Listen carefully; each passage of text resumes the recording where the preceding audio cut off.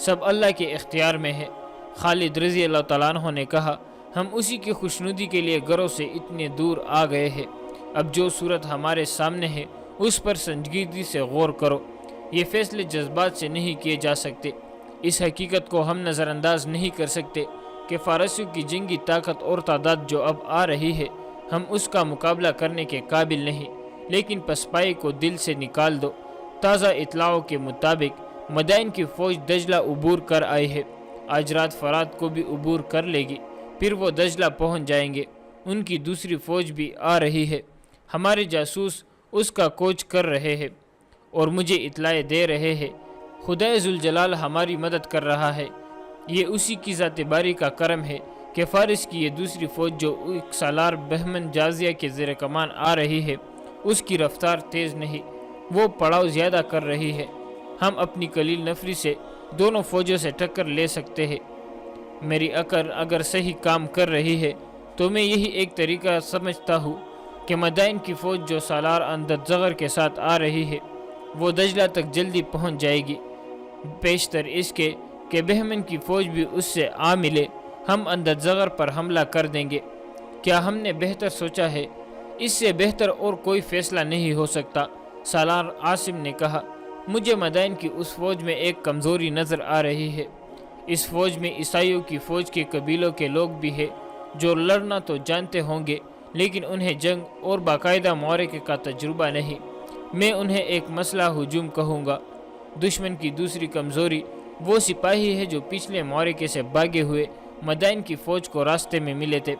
مجھے یقین ہے کہ وہ ڈرے ہوئے ہوں گے۔ انہوں نے اپنے ہزاروں ساتھیوں کو تلواروں اور تیروں اور برچوں کا شکار ہوتے دیکھا ہے۔ پسپائی کی صورت میں وہ سب سے پہلے بھاگیں گے۔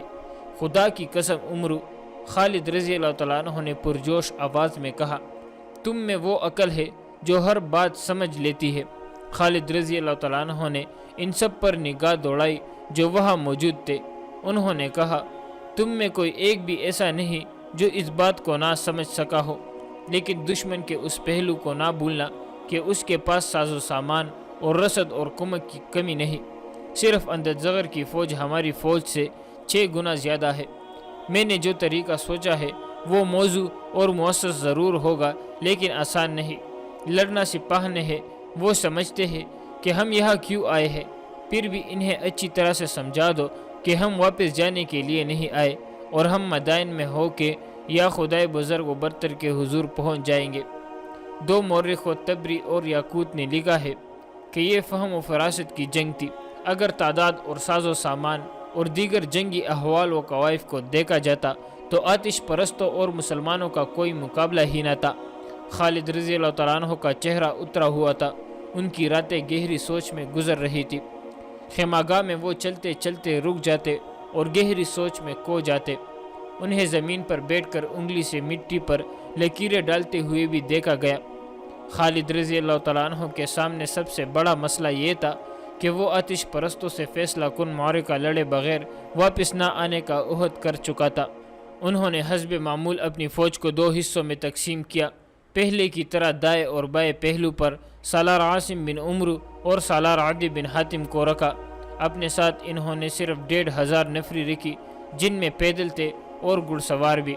اس تقسیم کے بعد انہوں نے کوچ کا حکم دیا۔ یہ حکم انہوں نے جاسوسوں کی اطلاع کے مطابق دیا کہ اندر زغر کی فوج دریائے فرات عبور کر رہی ہے۔ خالد رضی اللہ تعالیٰ عنہ نے اپنی رفتار ایسی رکھی کہ آتش پرست دجلہ میں جو ہی پہنچے وہ اس کے سامنے ہو۔ یہ جنگی فہم و فراست کا غیر معمولی مظاہرہ تھا۔ ایسے ہی ہوا جیسے انہوں نے سوچا تھا۔ اندر زغر کی فوج دجلہ پہنچی تو اسے خیمے گاڑنے کا حکم ملا کیونکہ اسے بہمن کی فوج کا انتظار کرنا تھا۔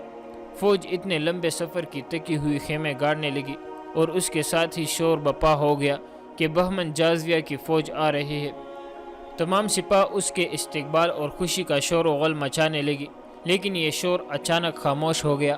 یہ مدینہ کی فوج ہے، کسی نے بلند آواز سے کہا، اور اس کے ساتھ یہ کئی آوازیں سنائی دی، دشمن آ گیا ہے، تیار ہوشیار۔ اندر زغر گھوڑے پر سوار آگے آ گیا اور اچھی طرح دیکھا۔ یہ خالد رضی اللہ تعالیٰ عنہ کی فوج تھی جو جنگی ترتیب میں رہ کر پڑاؤ ڈال رہی تھی۔ یہ فوج خیمے نہیں گاڑ رہی تھی جس کا مطلب یہ تھا کہ مسلمان لڑائی کے لیے تیار ہے۔ سالار اعلیٰ اندرزغر کو ایک سالار نے کہا، ہماری دوسری فوج نہیں پہنچی، معلوم ہوا ہے کہ وہ ابھی دور ہے، ورنہ ہم ان مسلمانوں کو ابھی کچل ڈالتے۔ یہ تیار ہے اور ہماری سپاہ تکی ہوئی ہے، کیا تم نہیں دیکھ رہے کہ ان کی تعداد کتنی توڑی ہے؟ اندرزغر نے کہا، بمشکل 10,000 ہوں گے، میں انہیں چونٹیوں سے زیادہ کچھ نہیں سمجھتا۔ ان کے گھڑ سوار دستے کہاں ہو سکتے ہیں؟ اس کے سالار نے کہا، کھلا میدان ہے، جو کچھ ہے صاف نظر آ رہا ہے۔ معلوم ہوتا ہے کہ ہمارے سالاروں کو اور کمانڈروں کو ایک ایک کے 6 نظر آتے رہے ہیں۔ اندرزغر نے کہا، شکست کھا کر بھاگنے والوں نے مدائن میں بتایا تھا کہ مسلمانوں کا رسالہ بڑا زبردست ہے اور اس کے سوار لڑنے کے اتنے ماہر ہے کہ کسی کے ہاتھ نہیں آتے۔ مجھے تو ان کا رسالہ کہیں نظر نہیں آ رہا۔ ہمیں جھوٹی اطلاع دی گئی ہے۔ سالار نے کہا، ہم بہمن کا انتظار نہیں کریں گے، اس کے آنے تک ہم ان مسلمانوں کو ختم کر چکے ہوں گے۔ مورخوں نے لکھا ہے کہ مسلمانوں کے گھڑ سوار وہاں نہیں تھے، وہی توڑے سے سوار تھے جو پیادوں کے ساتھ تھے یا خالد رضی اللہ عنہ کے ساتھ گھڑ سوار محافظ تھے۔ آتش پرستوں کے حوصلے بڑھ گئے۔ اندرزغر کے لیے یہ فتح بڑی آسان تھی۔ خالد رضی اللہ عنہ نے اتنی تھوڑی سی نفری کے ساتھ اتنے بڑے لشکر کے سامنے آ کر غلطی کی تھی۔ جس میدان میں دونوں فوجیں آمنے سامنے کھڑی تھی وہ ہموار میدان تھا۔ اس کے دائیں اور بائیں 2 بلند ٹیکریاں تھیں۔ ایک ٹیکری آگے جا کر مڑ گئی تھی، اس کے پیچھے ایک اور ٹیکری تھی۔ خالد رضی اللہ عنہ نے اپنی فوج کو جنگی ترتیب میں کر رکھا تھا۔ ادھر آتش پرست بھی جنگی ترتیب میں ہو گئے اور دونوں فوجوں کے سالار ایک دوسرے کا جائزہ لینے لگے۔ خالد رضی اللہ عنہ نے دیکھا کہ آتش پرستوں کے پیچھے دریا تھا، لیکن اندرزغر نے اپنی فوج کو دریا سے تقریباً 1 میل دور رکھا تھا۔ آتش پرستوں کے پہلو سالاروں نے اپنا عقب دریا کے بہت قریب رکھا تھا کہ عقب محفوظ رہے، لیکن اندرزغر نے اپنے عقب کی اتنی احتیاط نہ کی۔ اسے یقین تھا کہ یہ مٹھی بھر مسلمان اس کے عقب میں آنے کی جرت نہیں کریں گے۔ زرتش کے پجاریوں، اندرزغر نے اپنے سپاہ سے خطاب کیا، یہ ہے وہ مسلمان جن سے ہمارے ساتھیوں نے شکست کھائی ہے، انہیں اپنی آنکھوں سے دیکھ لو۔ کیا ان سے شکست کھا کر تم ڈوب نہیں مرو گے؟ کیا تم انہیں فوج کہو گے؟ یہ ڈاکوؤں اور لٹیروں کا گروہ ہے، ان میں سے کوئی ایک بھی زندہ نہ جائے۔ وہ دن یوں ہی گزر گیا۔ سالار ایک دوسرے کی فوج کو دیکھتے اور اپنی اپنی فوج کی ترتیب سیدھی کرتے رہے۔ اگلے روز خالد رضی اللہ عنہ نے اپنی فوج کو حملے کا حکم دے دیا۔ فارس کی فوج تہ در تہ کھڑی تھی۔ مسلمانوں کا حملہ تیز اور شدید تھا، لیکن دشمن کی تعداد اتنی زیادہ تھی کہ مسلمانوں کو پیچھے ہٹنا پڑا۔ دشمن نے اپنی اگلی صف کو پیچھے کر کے تازہ دم سپاہیوں کو آگے کر دیا۔ خالد رضی اللہ عنہ نے ایک اور حملے کیے اور اپنے چند ایک دستوں کو آگے بھیجا۔ گمسان کا معرکہ رہا، لیکن مسلمانوں کو پیچھے ہٹنا پڑا۔ آتش پرستوں کی تعداد بھی زیادہ تھی اور وہ نیم ذرا پوش بھی تھے۔ مسلمانوں کو یوں محسوس ہوا جیسے وہ ایک دیوار سے ٹکرا کر واپس آ گئے ہو۔ خالد رضی اللہ عنہ نے کچھ دیر اور حملے جاری رکھے، مگر مجاہدین تکن محسوس کرنے لگے۔ متعدد مجاہدین زخمی ہو کر بیکار ہو گئے۔ خالد رضی اللہ عنہ نے اس خیال سے کہ ان کی فوج حوصلہ نہ ہار بیٹھے خود حملے کیے، سپاہیوں کے ساتھ جانے لگے۔ اس سے مسلمانوں کا جذبہ تو قائم رہا، لیکن ان کے جسم شل ہو گئے۔ آتش پرست ان پر کہہ لگا رہے تھے۔ اس وقت تک مسلمانوں نے خالد رضی اللہ عنہ کی زیر کمان جتنی لڑائیاں لڑی تھی، ان میں یہ پہلی لڑائی تھی جس میں مسلمانوں میں اپنے سالار کے خلاف احتجاج کیا۔ احتجاج دبا دبا سا تھا، لیکن فوج میں بے اطمینانی صاف نظر آنے لگی۔ خالد رضی اللہ عنہ جیسے عظیم سالار کے خلاف سپاہیوں کی بے اطمینانی عجیب سی بات تھی۔ وہ پوچھتے تھے کہ اپنا سوار دستہ کہاں ہے۔ وہ محسوس کر رہے تھے کہ خالد رضی اللہ عنہ اپنے مخصوص انداز سے نہیں لڑ رہے۔ خالد رضی اللہ عنہ سپاہیوں کی طرح ہر حملے میں آگے جاتے تھے، پھر بھی ان کے سپاہیوں کو کسی کمی کا احساس ہو رہا تھا۔ دشمن کی اتنی زیادہ نفری دیکھ کر بھی مسلمانوں کے حوصلے ٹوٹتے جا رہے تھے، انہیں شکست نظر آنے لگی تھی۔ آتش پرستوں نے ابھی ایک بھی ہلہ نہیں بولا تھا۔ اندرزغر مسلمانوں کو تکا کر حملہ کرنا چاہتا تھا۔ مسلمان تک چکے تھے۔ خالد رضی اللہ تعالیٰ عنہ اپنی فوج کی یہ کیفیت دیکھ رہے تھے، اسی لیے انہوں نے حملے روک دیے۔ وہ سوچ رہے تھے کہ اب کیا چال چلے کہ آتش پرستوں کی طرف سے ایک دیو ہیکل آدمی سامنے آیا اور اس نے مسلمانوں کو للکار کر کہا، جس میں میرے مقابلے کی ہمت ہے آگے آ جائے۔ یہ 1000 مرد پہلوان اور تیغ زن تھا۔ فارس میں 1000 مرد کا لقب اس جنگجو پہلوان کو دیا جاتا تھا جسے کوئی شکست نہیں دے سکتا تھا۔ 1000 مرد کا مطلب تھا کہ ایک آدمی 1000 آدمیوں کے برابر ہے۔ اندرزغر اس دیو کے آگے کر کے مسلمانوں کا تماشا دیکھنا چاہتا تھا۔ مسلمانوں میں اس کے مقابلے میں اترنے والا کوئی نہ تھا۔ خالد رضی اللہ تعالیٰ عنہ گھوڑے سے کود کر اترے، تلوار نکالی اور 1000 مرد کے سامنے جا پہنچے۔ کچھ دیر دونوں کی تلواریں ٹکراتی رہی اور دونوں پینترے بدلتے رہے۔ آتش پرست پہلوان مست بینسا لگتا تھا۔ اس میں اتنی طاقت تھی کہ اس کا ایک وار انسان کو 2 حصوں میں کاٹ دیتا۔ خالد رضی اللہ تعالیٰ عنہ نے یہ طریقہ اختیار کیا کہ وار کم کر دیے، اسے وار کرنے کا موقع دیتے رہے تاکہ وہ تک جائے۔ اس پر انہوں نے یہ ظاہر کیا جیسے وہ خود تک کر چور ہو گئے ہو۔ ایرانی پہلوان خالد رضی اللہ تعالیٰ عنہ کو کمزور اور تکا ہوا آدمی سمجھ کر ان کے ساتھ کھیلنے لگا۔ کبھی تلوار گھما کر کبھی اوپر سے نیچے کو وار کرتا اور کبھی وار کرتا اور ہاتھ روک لیتا۔ وہ طنزیہ کلامی بھی کر رہا تھا۔ وہ اپنی طاقت کے گھمنڈ میں لاپرواہ سا ہو گیا۔ ایک بار اس نے تلوار یوں گھمائی جسے خالد رضی اللہ تعالیٰ عنہ کی گردن کاٹ دے گا۔ خالد رضی اللہ تعالیٰ عنہ یہ وار اپنی تلوار پر روکنے کے بجائے تیزی سے پیچھے ہٹ گئے۔ پہلوان کا وار خالی گیا تو وہ گھوم گیا۔ اس کا پہلو خالد رضی اللہ تعالیٰ عنہ کے آگے ہو گیا۔ خالد رضی اللہ تعالیٰ عنہ اسی کے انتظار میں تھے۔ انہوں نے نوک کی طرف سے پہلوان کے پہلو میں تلوار کا اس طرح وار کیا کہ برچی کی طرح تلوار اس کے پہلو میں اتار دی۔ وہ گرنے لگا تو خالد رضی اللہ تعالیٰ عنہ نے اس کے پہلو سے تلوار کھینچ کر ایسا ہی ایک اور وار کیا اور تلوار اس کے پہلو میں دور اندر تک لے گئی۔ تبری اور ابو یوسف نے لکھا ہے کہ پہلوان گرا اور مر گیا۔ خالد رضی اللہ تعالیٰ عنہ اس کے سینے پر بیٹھ گئے اور حکم دیا کہ انہیں کانا دیا جائے۔ انہیں کانا دیا گیا جو انہوں نے 1000 مرد کی لاش پر بیٹھ کر کھایا۔ اس انفرادی معرکے نے مسلمانوں کے حوصلے میں جان ڈال دی۔ آتش پرست سالار اندرزغر نے بانپ لیا تھا کہ مسلمان تک گئے ہیں، چنانچہ اس نے حملے کا حکم دے دیا۔ اس بجا طور پر اپنی فتح کو پوری امید تھی۔ یہ آتش پرست سمندر کی موجوں کی طرح آئے۔ مسلمانوں کو اب کچھ چلے جانے تھا۔ انہوں نے اپنی جانیں بچانے کے لیے بے جگری سے مقابلہ کیا۔ ایک مسلمان کا مقابلہ 10 12 آتش پرستوں سے تھا۔ اب ہر مسلمان ذاتی جنگ لڑ رہا تھا۔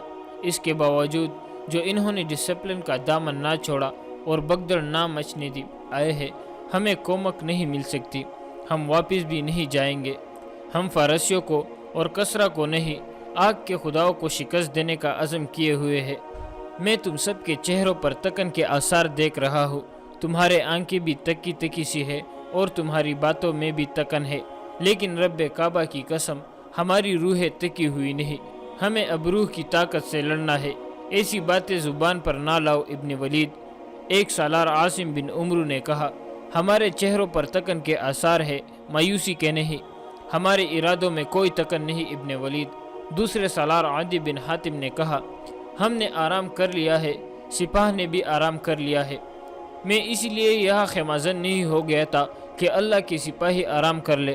خالد رضی اللہ تعالیٰ عنہ نے کہا، تمہارے ارادے تکے ہوئے نہیں تو مجھے کچھ کہنے کی ضرورت نہیں۔ میں دوسری باتیں کرنا چاہتا ہوں جو زیادہ ضروری ہے۔ تم نے دیکھا ہے ہم نے فارسیوں کو پہلے معرکے میں شکست دی تو وہ پھر ہمارے سامنے آ گئے۔ ان کے ساتھ ان کے وہ سپاہی بھی آ گئے جو پہلے معرکے سے بھاگے تھے۔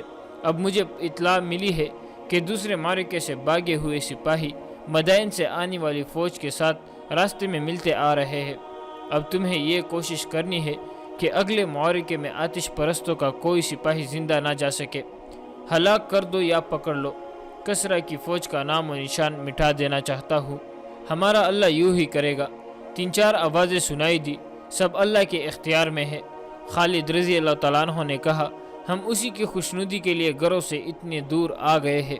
اب جو صورت ہمارے سامنے ہے اس پر سنجیدگی سے غور کرو۔ یہ فیصلے جذبات سے نہیں کیے جا سکتے۔ اس حقیقت کو ہم نظر انداز نہیں کر سکتے کہ فارسیوں کی جنگی طاقت اور تعداد جو اب آ رہی ہے، ہم اس کا مقابلہ کرنے کے قابل نہیں، لیکن پسپائی کو دل سے نکال دو۔ تازہ اطلاعوں کے مطابق مدائن کی فوج دجلہ عبور کر آئی ہے، آج رات فرات کو بھی عبور کر لے گی، پھر وہ دجلہ پہنچ جائیں گے۔ ان کی دوسری فوج بھی آ رہی ہے، ہمارے جاسوس اس کا کوچ کر رہے ہیں اور مجھے اطلاع دے رہے ہیں۔ خدائے ذوالجلال ہماری مدد کر رہا ہے۔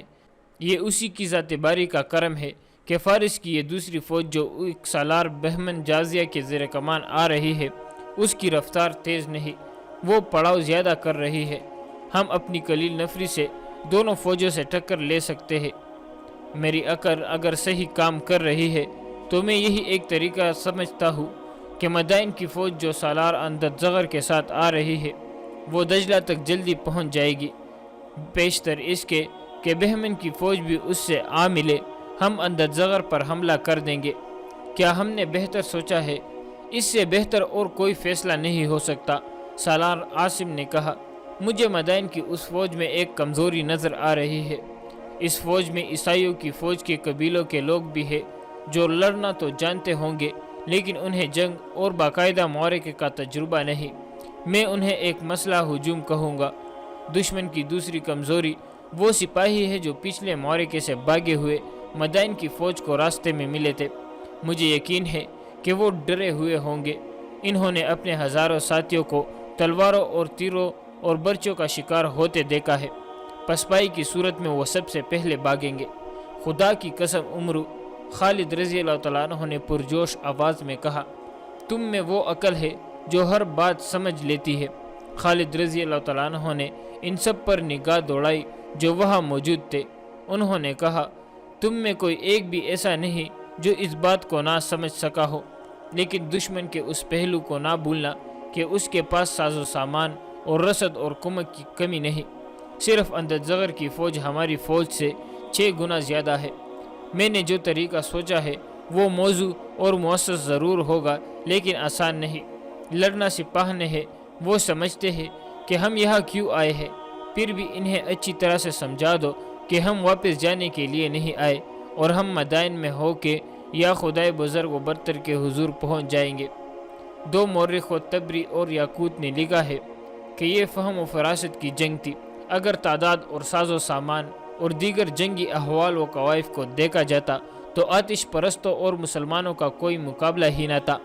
خالد رضی اللہ تعالیٰ عنہ کا چہرہ اترا ہوا تھا، ان کی راتیں گہری سوچ میں گزر رہی تھی۔ خیمہ گاہ میں وہ چلتے چلتے رک جاتے اور گہری سوچ میں کھو جاتے۔ انہیں زمین پر بیٹھ کر انگلی سے مٹی پر لکیریں ڈالتے ہوئے بھی دیکھا گیا۔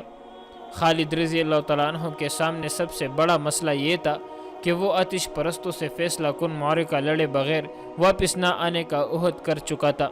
انہوں نے حسب معمول اپنی فوج کو 2 حصوں میں تقسیم کیا۔ پہلے کی طرح دائیں اور بائیں پہلو پر سالار عاصم بن عمرو اور سالار عدی بن حاتم کو رکھا۔ اپنے ساتھ انہوں نے صرف 1,500 نفری رکھی، جن میں پیدل تھے اور گھڑ سوار بھی۔ اس تقسیم کے بعد انہوں نے کوچ کا حکم دیا۔ یہ حکم انہوں نے جاسوسوں کی اطلاع کے مطابق دیا کہ اندر زغر کی فوج دریائے فرات عبور کر رہی ہے۔ خالد رضی اللہ تعالیٰ عنہ نے اپنی رفتار ایسی رکھی کہ آتش پرست دجلہ میں جو ہی پہنچے وہ اس کے سامنے ہو۔ یہ جنگی فہم و فراست کا غیر معمولی مظاہرہ تھا۔ ایسے ہی ہوا جیسے انہوں نے سوچا تھا۔ اندر زغر کی فوج دجلہ پہنچی تو اسے خیمے گاڑنے کا حکم ملا، کیونکہ اسے بہمن کی فوج کا انتظار کرنا تھا۔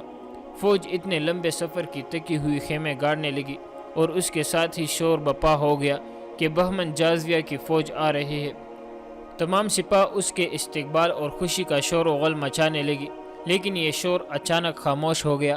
یہ مدینہ کی فوج ہے، کسی نے بلند آواز سے کہا، اور اس کے ساتھ یہ کئی آوازیں سنائی دی، دشمن آ گیا ہے، تیار ہوشیار۔ اندر زغر گھوڑے پر سوار آگے آ گیا اور اچھی طرح دیکھا۔ یہ خالد رضی اللہ تعالیٰ عنہ کی فوج تھی جو جنگی ترتیب میں رہ کر پڑاؤ ڈال رہی تھی۔ یہ فوج خیمے نہیں گاڑ رہی تھی، جس کا مطلب یہ تھا کہ مسلمان لڑائی کے لیے تیار ہے۔ سالار اعلیٰ اندر زغر کو ایک سالار نے کہا، ہماری دوسری فوج نہیں پہنچی، معلوم ہوا ہے کہ وہ ابھی دور ہے۔ ورنہ ہم ان مسلمانوں کو ابھی کچل ڈالتے۔ یہ تیار ہے اور ہماری سپاہ تکی ہوئی ہے، کیا تم نہیں دیکھ رہے کہ ان کی تعداد کتنی توڑی ہے؟ اندر زغر نے کہا، بمشکل 10,000 ہوں گے، میں انہیں چونٹیوں سے زیادہ کچھ نہیں سمجھتا۔ ان کے گھڑ سوار دستے کہاں ہو سکتے ہیں؟ اس کے سالار نے کہا، کھلا میدان ہے، جو کچھ ہے صاف نظر آ رہا ہے۔ معلوم ہوتا ہے کہ ہمارے سالاروں کو اور کمانڈروں کو ایک ایک کے 6 نظر آتے رہے ہیں۔ اندر زغر نے کہا، شکست کھا کر بھاگنے والوں نے مدائن میں بتایا تھا کہ مسلمانوں کا رسالہ بڑا زبردست ہے اور اس کے سوار لڑنے کے اتنے ماہر ہے کہ کسی کے ہاتھ نہیں آتے۔ مجھے تو ان کا رسالہ کہیں نظر نہیں آ رہا۔ ہمیں جھوٹی اطلاع دی گئی ہے۔ سالار نے کہا، ہم بہمن کا انتظار نہیں کریں گے، اس کے آنے تک ہم ان مسلمانوں کو ختم کر چکے ہوں گے۔ مورخوں نے لکھا ہے کہ مسلمانوں کے گھڑ سوار وہاں نہیں تھے، وہی توڑے سے سوار تھے جو پیادوں کے ساتھ تھے، یا خالد رضی اللہ تعالیٰ عنہ کے ساتھ کچھ گھڑ سوار محافظ تھے۔ آتش پرستوں کے حوصلے بڑھ گئے۔ اندر زغر کے لیے یہ فتح بڑی آسان تھی۔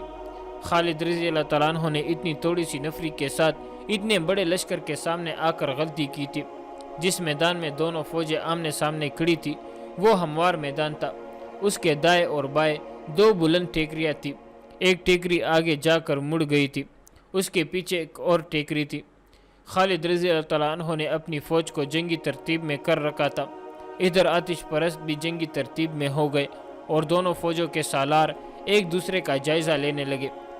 خالد رضی اللہ تعالیٰ عنہ نے دیکھا کہ آتش پرستوں کے پیچھے دریا تھا، لیکن اندر زغر نے اپنی فوج کو دریا سے تقریباً 1 میل دور رکھا تھا۔ آتش پرستوں کے پہلو سالاروں نے اپنا عقب دریا کے بہت قریب رکھا تھا کہ عقب محفوظ رہے، لیکن اندر زغر نے اپنے عقب کی اتنی احتیاط نہ کی۔ اسے یقین تھا کہ یہ مٹھی بھر مسلمان اس کے عقب میں آنے کی جرت نہیں کریں گے۔ زرتش کے پجاریوں، اندر زغر نے اپنے سپاہ سے خطاب کیا، یہ ہے وہ مسلمان جن سے ہمارے ساتھیوں نے شکست کھائی ہے، انہیں اپنی آنکھوں سے دیکھ لو۔ کیا ان سے شکست کھا کر تم ڈوب نہیں مرو گے؟ کیا تم انہیں فوج کہو گے؟ یہ ڈاکوؤں اور لٹیروں کا گروہ ہے، ان میں سے کوئی ایک بھی زندہ نہ جائے۔ وہ دن یوں ہی گزر گیا۔ سالار ایک دوسرے کی فوج کو دیکھتے اور اپنی اپنی فوج کی ترتیب سیدھی کرتے رہے۔ اگلے روز خالد رضی اللہ تعالیٰ عنہ نے اپنی فوج کو حملے کا حکم دے دیا۔ فارس کی فوج تہ در تہ کھڑی تھی۔ مسلمانوں کا حملہ تیز اور شدید تھا، لیکن دشمن کی تعداد اتنی زیادہ تھی کہ مسلمانوں کو پیچھے ہٹنا پڑا۔ دشمن نے اپنی اگلی صف کو پیچھے کر کے تازہ دم سپاہیوں کو آگے کر دیا۔ خالد رضی اللہ تعالیٰ عنہ نے ایک اور حملے کیے اور اپنے چند ایک دستوں کو آگے بھیجا۔ گمسان کا معرکہ رہا، لیکن مسلمانوں کو پیچھے ہٹنا پڑا۔ آتش پرستوں کی تعداد بھی زیادہ تھی اور وہ نیم ذرا پوش بھی تھے۔ مسلمانوں کو یوں محسوس ہوا جیسے وہ ایک دیوار سے ٹکرا کر واپس آ گئے ہو۔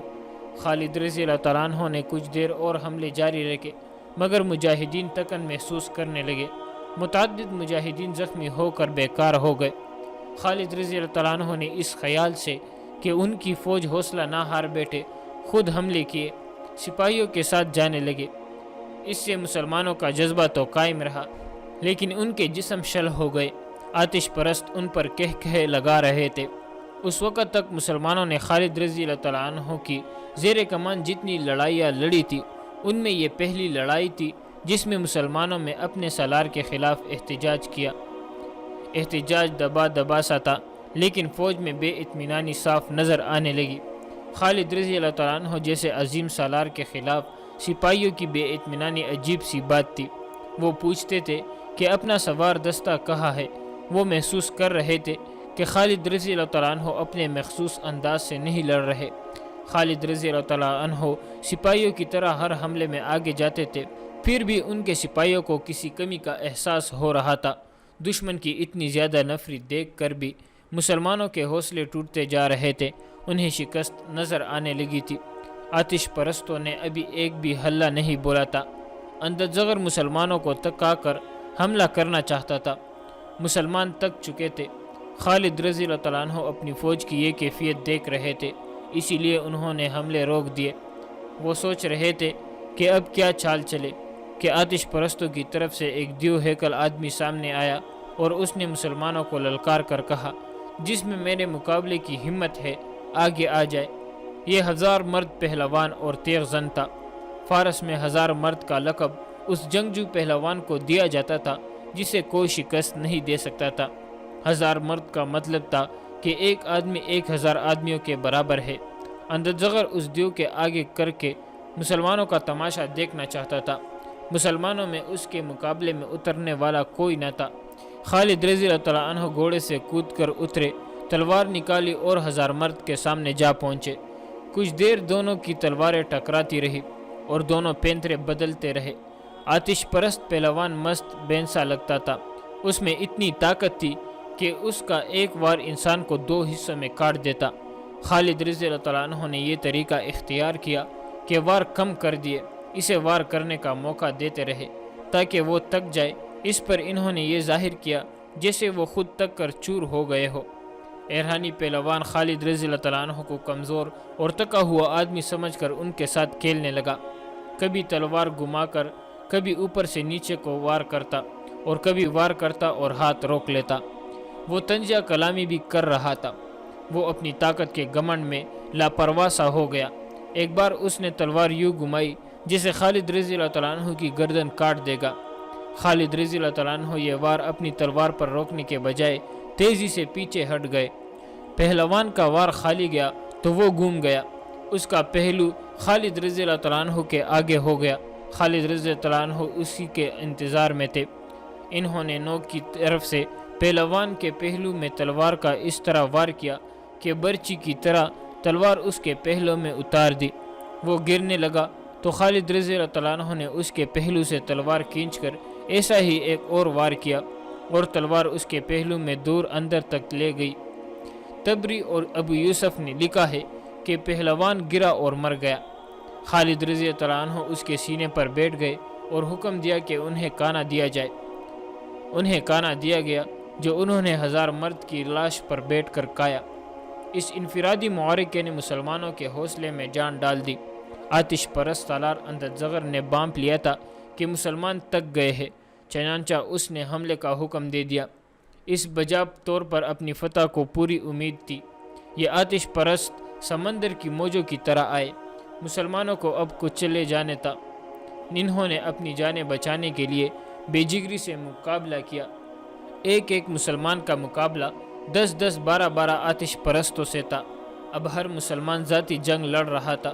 اس کے باوجود جو انہوں نے ڈسپلن کا دامن نہ چھوڑا اور بگدڑ نہ مچنے دی۔